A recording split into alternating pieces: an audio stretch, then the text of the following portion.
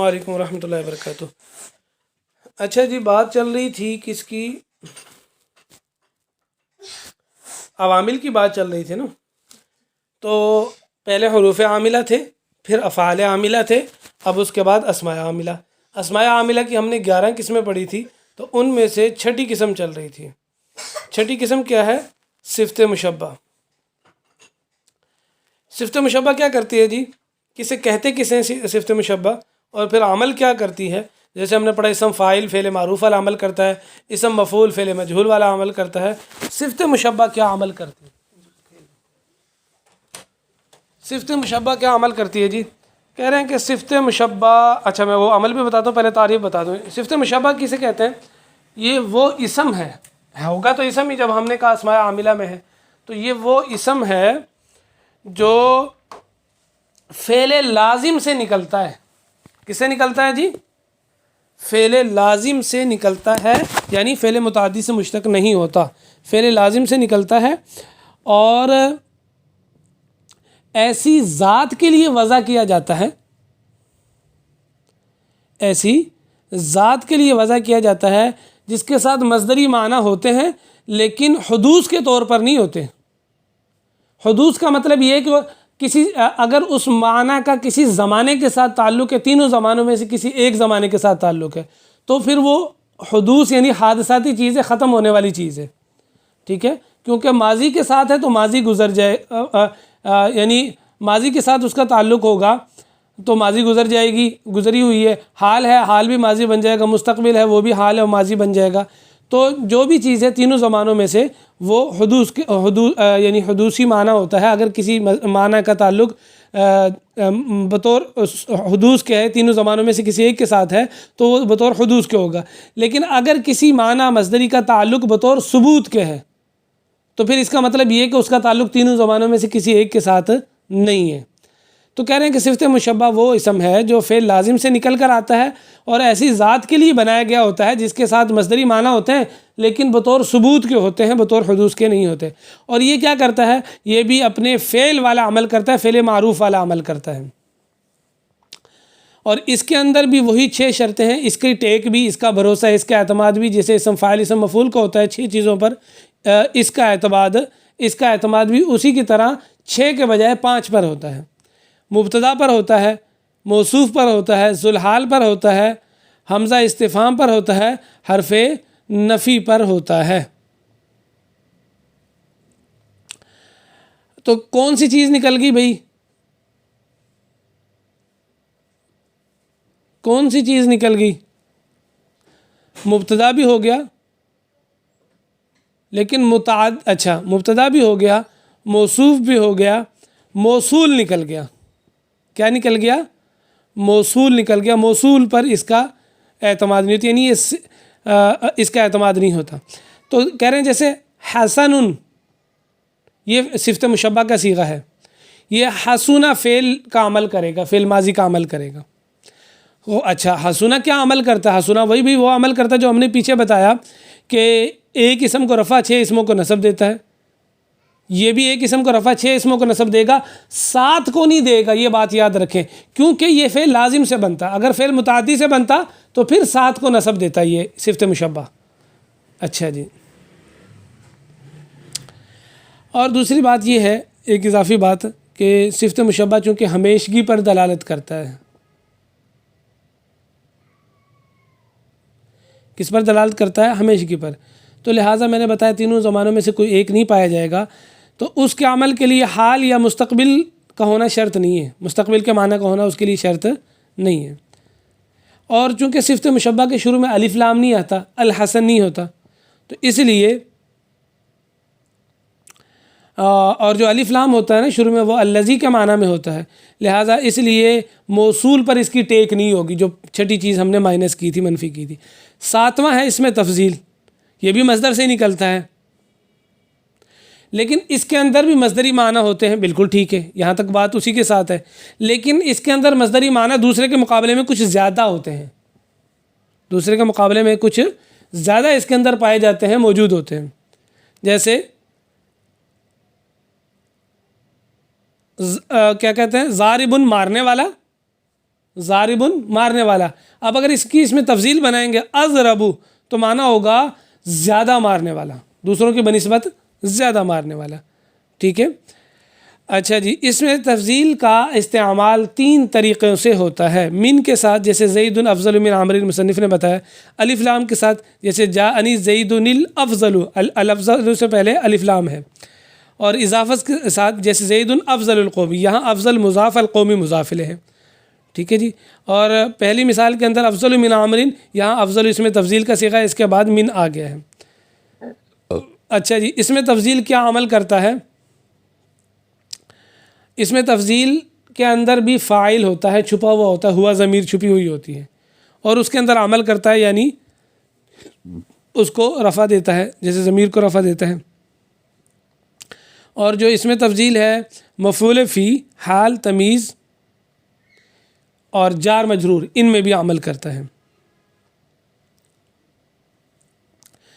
اب کون سی چیزیں رہ گی جو جن میں اسم فاعل، اسم مفعول، صفت مشبہ یہ عمل کرتے آ رہے تھے؟ ان میں سے کون کون سی چیزیں اس میں تفضیل کے اندر سے نکل گئی؟ مفعول مطلق. مفعول مطلق میں اس میں تفضیل عمل نہیں کرتا، مفعول بی میں عمل نہیں کرتا، مفعول لہو میں عمل نہیں کرتا، مفعول معہو میں عمل نہیں کرتا، اس لیے وہ چیزیں اس سے نکل گئی. 8ویں چیز ہے اسماء عاملہ کے اندر مصدر. پڑھا نا آپ لوگوں نے، میں نے آپ لوگوں کو ابواب الصرف میں بتایا مصادر. ٹھیک ہے. کون سے مصدر؟ النصر مدد کرنا، الضرب مارنا، الخروج نکلنا، القعود بیٹھنا، الحرث کھیتی کرنا، الستر چھپانا، اللمس چھونا، الترک چھوڑنا، وغیرہ وغیرہ، یہ سارے آپ لوگوں نے پڑھے. یہ مصدر بھی نا بعض مرتبہ کیا کرتا ہے، یہ مصدر بھی فاعل اور مفعول کو فاعل اور مفعول آتے ہیں اس کے، اور ان میں یہ عمل کرتا ہے. ٹھیک ہے. لیکن شرط یہ ہے، دیکھیں ہم نے پیچھے پڑھا تھا کہ مصدر مفعول مطلق وہ بھی مصدر ہوتا ہے. تو اگر مفعول مطلق نہ ہو، بس اگر مفعول مطلق ہے پھر عمل نہیں کرے گا، پھر وہ معمول ہی بنے گا، یعنی اس میں عمل کیا جائے گا. جیسے مفعول مطلق کو نصب دیا جاتا ہے، تو مصدر کے عمل کرنے کی، یعنی یہ خود عمل کرے دوسروں کے اندر، اس کے لیے شرط یہ ہے کہ یہ مفعول مطلق نہ ہو. ٹھیک ہے. جیسے اعجبنی ضرب زید، ضرب زید عامرا، ضرب زید عامرا، تو یہاں ضرب مصدر مضاف، زید مضاف الیہ فاعل، تو اس کا جو فاعل ہوگا نا، فاعل ہوگا وہ مجرور ہوگا، کیونکہ وہ عام طور پہ مضاف الیہ بنے گا.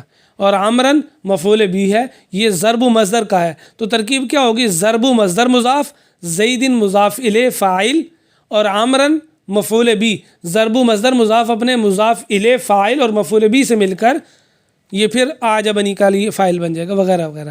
تو بہرحال اس کا بھی فاعل اور مفعول آتا ہے. لیکن یہ یاد رکھیں، عام طور پہ جو اس کا فاعل یا مفعول آتا ہے نا، فاعل اور جو مفعول آتا ہے وہ اس کے لیے مضاف الیہ بنتا ہے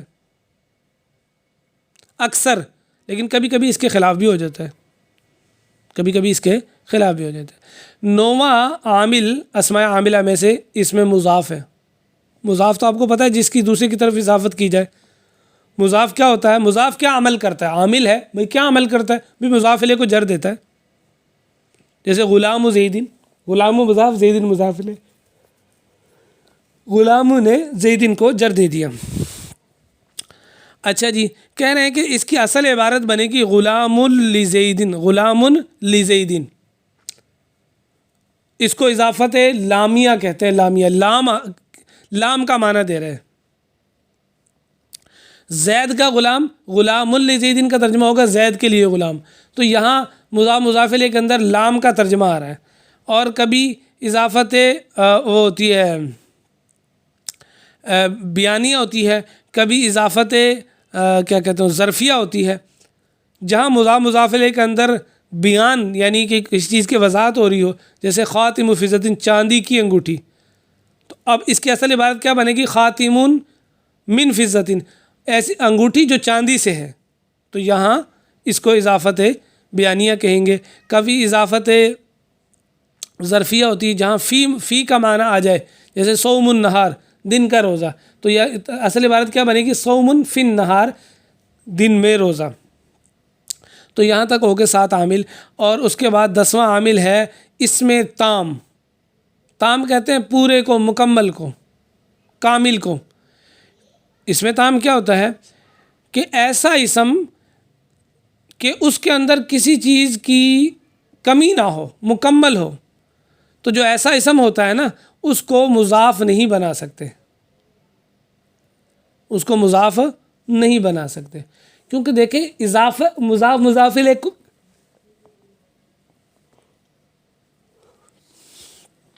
مضاف اور مضاف الیہ کس کی قسمیں ہیں؟ مرکب غیر مفید کی نا. مرکب غیر مفید یعنی ناقص کو کہتے ہیں. تو جو اسم تام ہے اور ناقص یہ دونوں چیزیں متضاد ہیں، ایک دوسرے کے خلاف ہیں، یہ ایک دوسرے کے ساتھ نہیں آ سکتی. تو اس میں تام کبھی مضاف نہیں بنے گا. اگر تام مضاف بنے گا تو مضاف الیہ چاہتا ہے کہ وہ اسم ناقص ہو اور اس میں تام چاہتا ہے وہ پورا ہو، تو دونوں آپس میں دشمن نہیں ایک جگہ جمع ہو سکتے. اب یہ بات رہ گئی کہ بھئی اسم تام پورا ہوتا کیسے ہے؟ کہہ رہے ہیں 6 چیزوں سے اسم مکمل ہوتا ہے. تنوین کے ساتھ، جس اسم کے اندر تنوین آ جائے وہ اسم مکمل ہوتا ہے، کیونکہ جب تنوین آ گئی اس کو مضاف نہیں بنا سکتے ہم. مضاف بنائیں گے تنوین نہیں آئے گی. اچھا، اور یہ تنوین لفظوں میں آتی ہے، بعض دفعہ مقدر بھی ہوتی ہے، جیسے احد و عشر تھا، وہ اصل میں احد عشر، اب وہ کیا بن گیا؟ احد عشرہ بن گیا، بولنے میں احد عشر آتا ہے. اچھا جی، اور اسی طرح تثنیہ کا نون، جمع کا نون،